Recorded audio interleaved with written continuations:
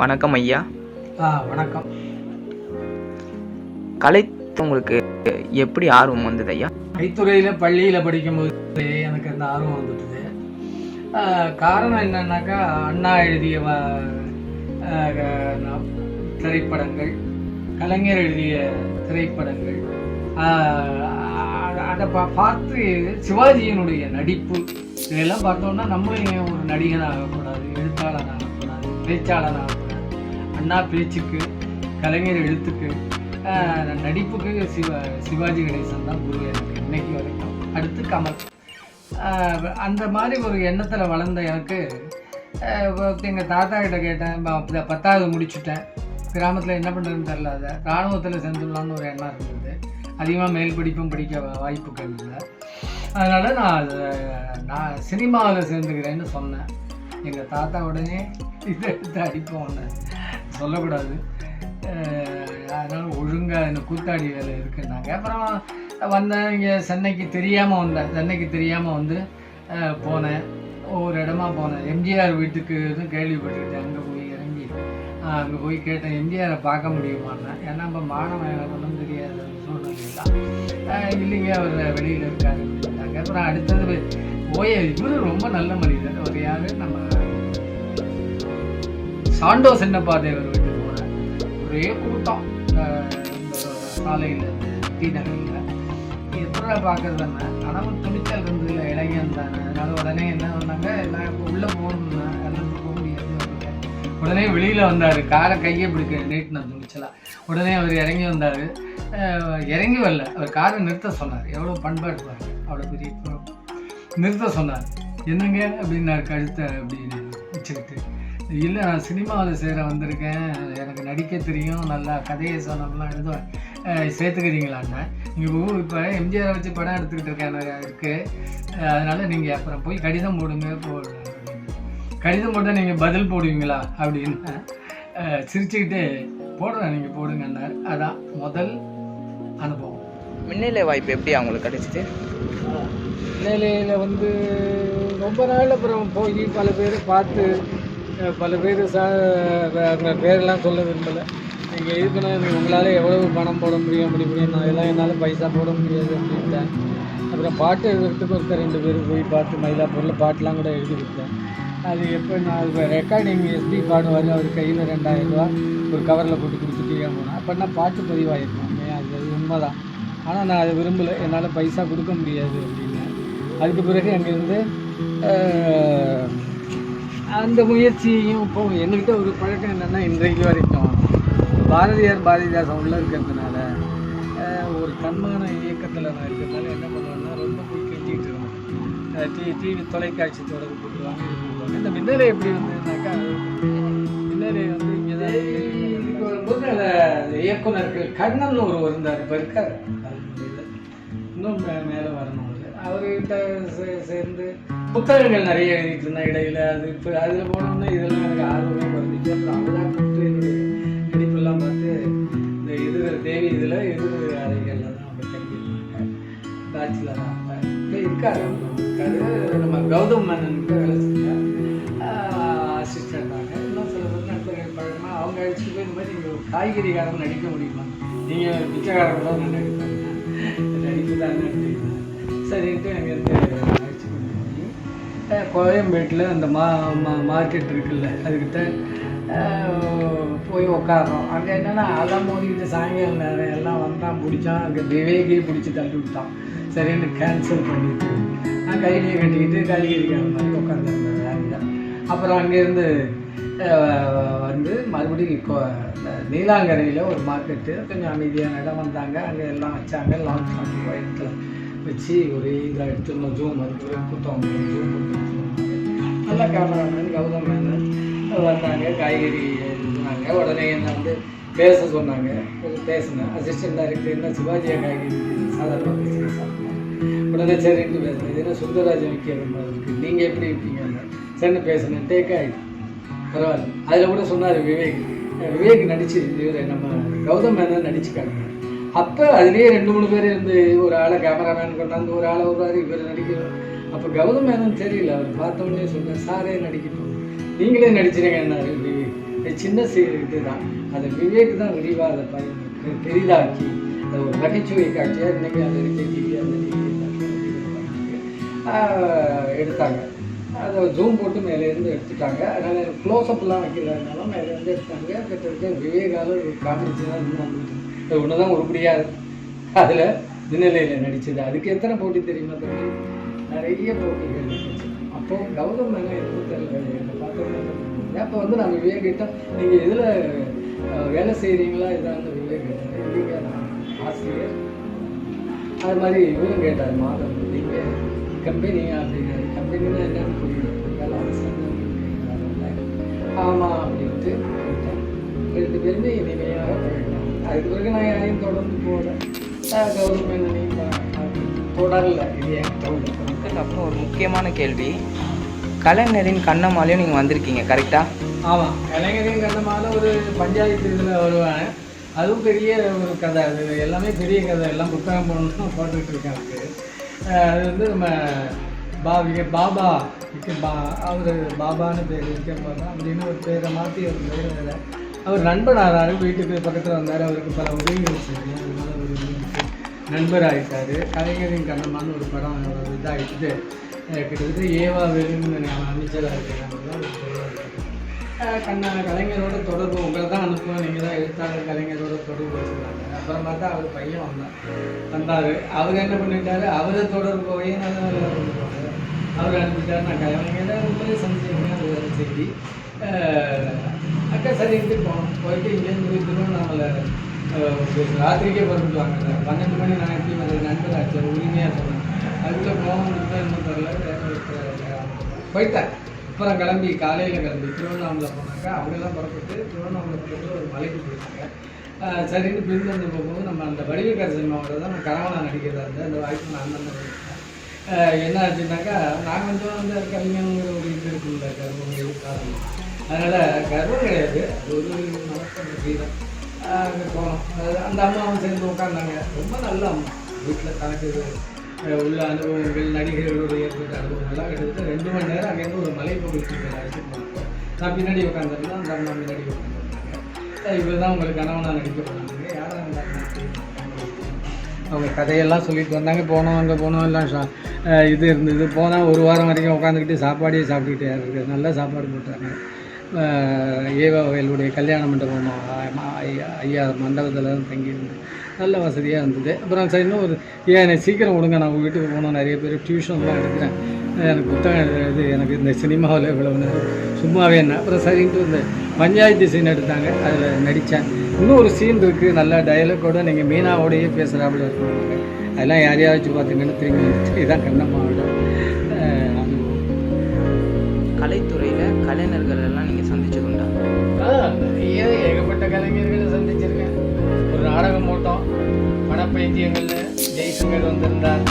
ஆனால் அவர் முன்னாடி பக்கத்தில் இன்னும் ஃபோட்டோ எடுத்துக்கணும் ஹீரோயின் கேட்டு நான் தான் இயக்கணும் எடுத்தேன் எல்லாம். அப்போ எடுத்துக்கணும் வந்து இந்த இதில் யார் மழை வேறு தூரம் இருந்துச்சு, நீ என்ன போய் எடுத்துக்கன்ட்டு போட்டேன். அடுத்தது நல்ல மனுஷன் ஜெய்சங்கரும் மரியாதையோடு ஆனால் இவர் தான் நாடகம் நடத்த போகிறாருனாரு. கும்பிட்டு போட்டார். நானும் அவர் கையை பிடிச்சி கும்பிட்டேன். அது அடுத்து இருக்குது. அது போன்ற சில அனுபவங்கள் உண்டு. பாக்கியராஜ் ஐயா இருக்கார்ல, சாரும்பாங்க, நான் ஐயான்னு தமிழில் சொல்கிறேன். அவர் போய் என்னுடைய சண்முகல்னு ஒருவர் இருக்காருன்னு அவர் திரைத்துறையில் இருக்கிறார், இயக்குனராக பல படங்கள் பண்ணுறாரு, இன்னும் பண்ணிக்கிட்டு இருக்கார். அவரை கொண்டு போய் சேர்த்து விடுறதுக்கே உபால்கிட்ட அழைச்சிட்டு போனது நான் தான். உபால்டு பார்த்தார். வைரமுத்தை நான் கொண்டு போய் அனுப்புறதேன், என்ன அவர் சொல்லவே இல்லை, என் பேரையே சொல்ல பேட்டி இல்லைன்னார். அப்புறம் மறுபடியும் போனது தொடர்ந்து ஒரு அட்டைப்படம் போடுறதுக்கு அப்போ வரும்போது சொல்லுவார். இப்போ என் பேரை சொல்லிட்டார், ஒன்றும் தப்பு இல்லைன்னார். உங்களுக்கு சிறந்த பாடலாசிரியர் நீங்களே கவிஞர், யார் கவிஞர் இருக்கார், வெற்றி பெற்ற கவிஞர் வைரமுத்து தான். அவர் தான் இப்படி பண்ணிட்டார், என் பேரையே சொல்ல என்ன. அப்புறம் மறுநாள் சொல்லிட்டாருங்க, பரவாயில்ல ஒரு பேட்டியில் சொல்லிட்டாரு, பரவாயில்ல அப்படின்னாரு. இப்படி எங்கள் குரூப்பில் அப்புறம் அவர் அட்டைப்படம் வாங்கிட்டு அதோடு முடிஞ்சிட்டுது. பாக்கியராஜ் ஐயா வந்து சாரை வந்து பார்க்கறதுக்கு நம்ம சண்முகவேலு அப்புறம் பார்த்தா பல ஆண்டுகள் கழிச்சு சண்முகவேலு இருக்கார்ல, நம்ம நண்பர், அவர் நெருங்கிய நண்பர் இன்றைக்கி இருக்கார். வாழ்ந்தா இன்றைக்கி ஃபோன் பண்ணால் உடனே வந்துடுவார், என் தம்பிக்கே நண்பர். அவர் உடனே பார்க்குறீங்களான்னாரு. ஆனால் சட்டையும் சரியாக போட்டு போகல. நான் பெரும்பாலும் வெளியில் போகும்போது புத்தக அட்டையை பார்ப்பேன், என் சட்டையை பார்க்க மாட்டேன். எது போனேன் சரி பார்க்கலாம் வாய்ப்பு கிடைக்கும் போதுன்னா அனுபவப்பட்டார். அங்கே போனோடனே பாக்கியராஜ் வணக்கம் அப்படின்னாரு. சாதாரணமாக நிற்க வச்சு தான் முதல்ல உட்காருங்கன்னாரு. பேசிகிட்டு இருந்தோம். ஒரு புத்தகம் வெளியிட்டு இருந்தோம். அந்த புத்தகம் வெளியிட்டு விழாவுக்கு வருவீங்க. சரி நீங்கள் அந்த வரேன்னாரு. அதோட போய்ட்டு வாய்ப்பு கேட்க வரலன்னொடனே எனக்கு ஒரு மரியாதை அங்கே கிடைச்சிது. அதுக்கப்புறம் ஒரு என் புத்தகத்தை கூட அறிஞர் எழுதி கொடுத்துருக்கார். நேராக பேசிட்டுலாம் வந்துருக்கேன். நல்ல பண்போடு பழகக்கூடியது தான் பாக்கியராஜ். பாரதிராஜா கிட்ட ஒரு நடப்பு புத்தக கண்காட்சியில் அவரும் எளிமையானவர் தான். சில நேரங்களில் சந்திக்க முடியாது. புத்தக கண்காட்சியில் இருந்த அப்போ 17 ஒரு நாவல் எனக்கு கையில் கொடுத்தேன், வாங்கிட்டேன். ஒரு வாய்ப்பு கொடுக்கணும்னு கேட்கல, ஒன்றும் இல்லை. பாலச்சந்தர் ஐயா கூட ஒரு கூட்டம் நிலுவையில் ரோடில் நடந்தது. அப்போ என் புத்தகத்தை கொடுத்தேன். அவரெல்லாம் தொடர்ந்து போய் நான் பார்க்கல. ரொம்ப பண்பான ஒரு பாலச்சந்தர் புத்தகத்தை மரியாதையோடு வாங்கிட்டேன். இப்படி அவர் கூட அதோடு சரி, அவ்வளோதான். நான் போய் அவர் எங்கே இருக்காரு கேட்டவங்கெல்லாம் தொடர்ந்து வந்து நீங்களும் நான் தேடவே இல்லை. அவர்தான் இப்படிப்பட்ட இமயம். அவர் எனக்கு பிடித்த முதல் இயக்குனரே பாலச்சந்தர் தான். பாக்கியராஜா சொல்லிட்டேன். அடுத்து விவேக் கூடவும் மாதவன் கூடவும் அந்த மின்னலையப்போ ஒரு சில நிமிடங்கள் பேசிகிட்டு இருந்தோம். நல்லா பழகினாங்க. அடுத்து இந்த மின்னலைக்கு பிறகு நீங்கள் தொடர்ந்து போயிருந்தீங்கன்னா பெரிய நடிகராகவாவது வந்திருப்பீங்களே அப்படின்னாங்க. பாடலாசிரியராக நீங்கள் ஏன்னு கேட்டாங்க. அது ஒரு தனி அனுபவம். அது நம்ம எஸ்.ஏ. ராஜகுமாரை ஒரு அவர் வில்லனாக நடித்தார். நான் ஒரு நாடகம், அந்த சினிமா வரல. அதில் இருக்கும்போது என்னுடைய கவிதை ஒன்றை சொன்னேன். ரொம்ப அருமையாக இருக்க, வாங்க என்ன வந்து வாங்கினார். அப்போ அதுக்குள்ளே அவருக்கும் மார்க்கெட்டு அதுக்கு பிறகு இல்லைன்னு இவரை என்னத்துக்கு பார்க்குறதுன்னு அதிகம் விட்டேன். அப்போ பாடலாசிரியர் வர்றதும் வாய்ப்பும் எஸ்.ஏ. ராஜகுமார் என்ன அதோட முடிஞ்சு போச்சு அவருக்கும். இப்படி நிறைய சொல்லிக்கிட்டே போகலாம். நிறைய இன்னும் யாராக விட்டேன்னே தெரில நடிகர். நான் வந்து சிவாஜியோடு எடுத்துக்கணும்னு நினைக்கிறது அப்படி. இளையராஜா அவருக்கு வைரமுத்தோடு எனக்கு ஒரு பெரிய தொடர்பு உண்டு. அவர் அப்போ வந்து எழுத்தாளர் தான், மேடைகளில் பேசிகிட்டு இருக்கிறவர் தான். அவர் சினிமா கவிஞர் ஆகிறதுக்கு முன்னாடியே கலைஞர் மூலமாகவும் கலைவாணர் அரங்கத்தில் ஒரு பெரிய கூட்டம் நடந்தது. அதுலேருந்து அழைச்சிட்டு தன்னுடைய பேசணும், நல்லா பழகுவார். அப்போ நல்லா பழகுவார். அழைச்சிக்கிட்டு வாங்க போவோம்னார். ஒரு அறை, இதே மாதிரி அறை தான். ஆனால் அங்கங்கே காரை போயிருக்கோம். அது வந்து ஒரு எளிமையான வாழ்க்கை வாழ்ந்தவர் தான் வைரமுத்து, நல்லா தெரியும். அங்கே ஒரு அரை மணி நேரமாவது 2 பேரும் 1/2 மணி நேரம் 3/4 மணி நேரம் பேசிட்டு வந்துருக்கோம். அவர் சூழ்நிலை எல்லாம் சொன்னார். அப்போ அவருக்கு அப்புறம் வைரமுத்தை எப்போ சந்திச்சாங்கன்னா அதோட விட்டுட்டேன். அப்புறம் அவர் தொடங்கிட்டு அவர் என்ன அவர் அழிஞ்சிட்டு இருப்பார். நம்மளாம் நாளே இருந்தார் வேண்டாம், நமக்கு தான் வேலை இருக்குது, ஆசிரியர் வேலை, வருமானம் இருக்குது. அதனால் அது அப்புறம் அதுக்கு பிறகு ஒரு கலைஞர் பரிபுரத்தில் சந்தித்தேன் வைரமுத்தை. அப்போ வந்து என்ன புத்தகம் அப்படின்னா, இது திருமணம் நரகத்தில் நிச்சயிக்கப்படுகிறது உபால் டாட்டா, அதுக்கு தான் உபால்டோட சந்திக்கும். அப்போ அதை கொடுத்தேன். பெரிய புத்தகம், இவ்வளவு பெரிய புத்தகமா, எப்படி உங்களால் எழுத முடியுது? தாள்கள் அவர் எப்பொழுதுமே அந்த இலக்கிய இது தவறாது, அதில் அவர் அடிச்சுக்க முடியும். எந்த கவிஞர்களையும் விட ஒரு இலக்கிய தரத்தோடு பேசக்கூடியவர். இந்த நாங்கள் எழுதுவதற்கே தாள்களுக்கு ஏங்கி கொண்டிருக்கிற போது இவ்வளவு பெரிய புத்தகத்தை உங்களால் எப்படி அச்சடித்து வெளியிட முடிந்ததுன்னார். பேசிகிட்டு இருந்தோம். சொன்னேன், ஏதோ சம்பளம் வருது. அதனால் அடுத்தது இந்த புத்தகத்தை நான் படித்து யாரிடம் கொடுப்பதுன்னு கேட்டார். அவர் கேட்ட கேள்வி இந்த இப்படி கேட்கக்கூட, நான் புத்தகத்தை கொடுக்குறீங்களான்னு நான் கொடுத்துருக்கணும் அவரை. அப்போ அவர் சாதாரண அவருக்கானங்கிறது மட்டுமல்ல, நான் அப்படி வலியை கையம் கொடுப்பான்னு நினச்சேன். டக்குன்னு இந்த புத்தகத்தை படித்து விட்டு யாரிடம் கொடுக்க வேண்டும் அப்படின்னா புத்தகத்தை புரட்டி 2 வரி படித்தோடனே அதை கேட்டார். படித்து விட்டு இந்த கலைஞன் பதிப்பகத்திலேயே கொடுத்துருங்கன்னார். மாசில் அப்படின்னு என் சொந்தக்காரர், அவர்கிட்ட கொடுத்துருங்களேன்ட்டு போனோம். அப்போ கூட நீங்கள் வச்சுங்கன்னு கொடுக்கலாம், யாராருக்கும் புத்தகம் கொடுக்கும். இதோடு சரி. அப்புறம் ஒரு நடை இடையில சந்தித்தோம். பெரிய வளர்ந்து வந்த பிறகு ஒரு நடை சந்தித்தோம். ஆரம்பிச்சுட்டு என்ன நீங்கள் செந்தமிழ்ச்சி? ஆமாம் அப்படின்னா. ஏன் வந்தேன்னு பார்க்கவே மாட்டேங்கிறீங்க அப்படின்னாரு. நீங்கள் பேனா தூக்கிட்டு இளையராஜா கூப்பிட்டா போட்டுருவீங்க, நான் வந்து உங்களை எங்கே பார்க்குறதுன்னு எனக்கு தெரியாது. நீங்கள் கூப்பிட்டீங்கன்னா வருவேன், இல்லாட்டினா நான் போக மாட்டேன். என்னால் எங்கே உங்களை சந்திக்கணும்னே எனக்கு தெரியாது. நீங்கள் பிஸியாக ஆகிட்டீங்க. அப்போ பிஸியாக இருந்தாலும் ஒரு கருப்புக்காரன்னு நினைக்கிறேன். போனார். அடுத்தது ஒருவர் வந்தார். இளையராஜா கிட்ட உங்களை கொண்டு விட்டுறேன், பெரிய கவிஞராக இருக்கீங்க, நிறைய இருக்கீங்க, அதனால் இளையராஜா சார்த்தை கொண்டு உங்களை விட்டுருவேன், நீங்கள் என்ன பண்ணுவீங்களோ சமாளிக்கணும்னார். கொஞ்சம் நேரம் சிந்திச்சேன். இளையராஜாவா? எல்லாம் நான் இளையராஜான்னா என்னையா, ஹிந்தி பாடலையே தமிழ் மண்ணை விட்டு அடித்து விரட்டினவர், அப்படிப்பட்ட ஆளுன்னு ஒரு பெரியதாக நினச்சிக்கிட்டு இருந்த காலம் அது. அப்போ அவர் என்ன சொன்னேன்னா, யோசித்து பார்த்தேன். இவர் சில இது மேடைகளில் பேசினேன். சில சமயம் நீ வாங்குறாரு, சில சமயத்தில் வேறு மாதிரிலாம் பேசுகிறாரு. நான் வந்து ஒரு கவிஞன், எனக்குள்ள ஒரு பாரதிதாசன் இருக்கான். இவர் ஏதாவது உனக்கு என்னையா தெரியும்ட்டாட உனக்கு என்னையா தெரியும்ட்டு வந்துடுவேன். ஐயோ எனக்கு அந்த வம்பே வேண்டாம், ஒரு பெரிய மனிதராகவே இருக்கட்டும், நான் வரல அப்படின்னு சொல்லிட்டேன். இதெல்லாம் தான் ஒரு பாடல் எழுத முடியாமல் போனதுக்கும் தொடர்ச்சி இல்லை, நடிகனாக முடியாமல் போனதுக்கும் என்னிடம் ஒரு தொடர்ச்சியான படையெடுப்பு இல்லை.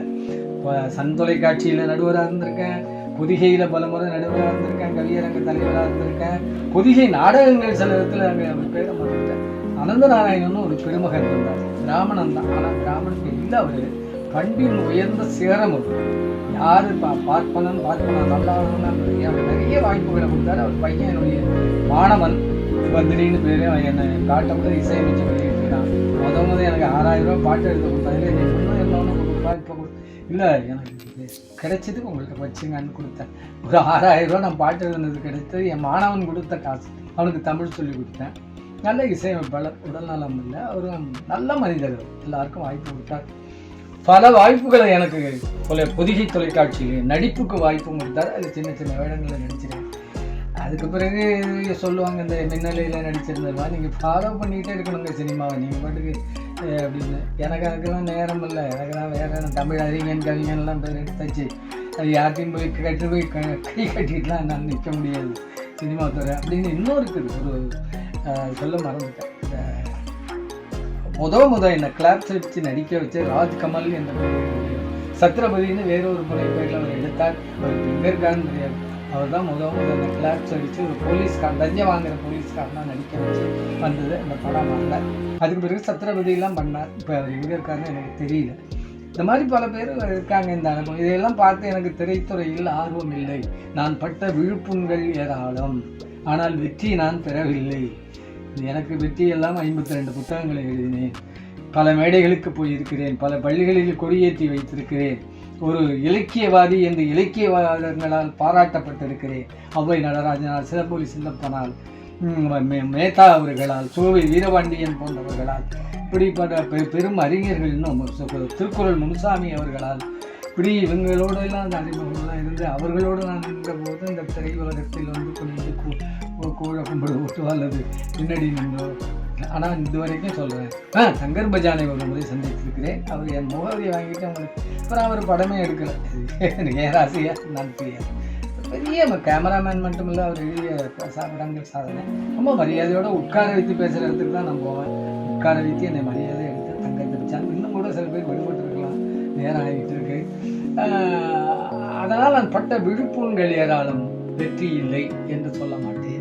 அதை பற்றி எனக்கு கவலையே இல்லை. நான் கவிஞன், ஒரு பாரதி இருக்கிறான், பாரதிதாசன் என் உள்ளே வாழ்ந்து கொண்டிருக்கிறார்கள்.